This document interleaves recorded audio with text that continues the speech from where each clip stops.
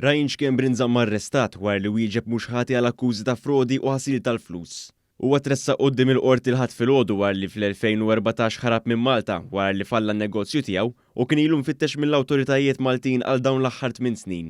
Fost in-negozji ta' Xkembri kien hemm Mall Supermarkets u fl-2014 huwa kellu kuntratt mal-avukat Karmel Kirkop li ġie maqtul sena wara fejn dan tal-aħħar sellef 750,000 euro mingħajr interessi lil Xkembri. Fil-qorti huwa tkellem ukoll f'isem il-kumpanniji Kassaren Xkembri Marketing Limited u Food World Limited fejn għall-akkużi tagħhom wieġeb mhux ħatja.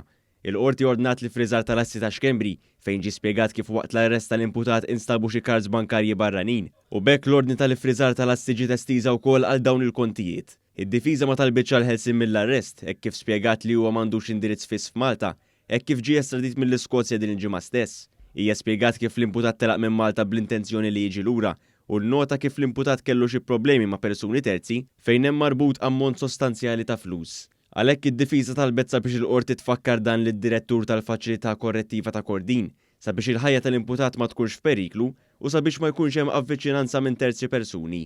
Xkembri ġie arrestat fl-Iskozja fit-22 ta' April wara anke mandat ta' arrest maħruġ mill-Interpol.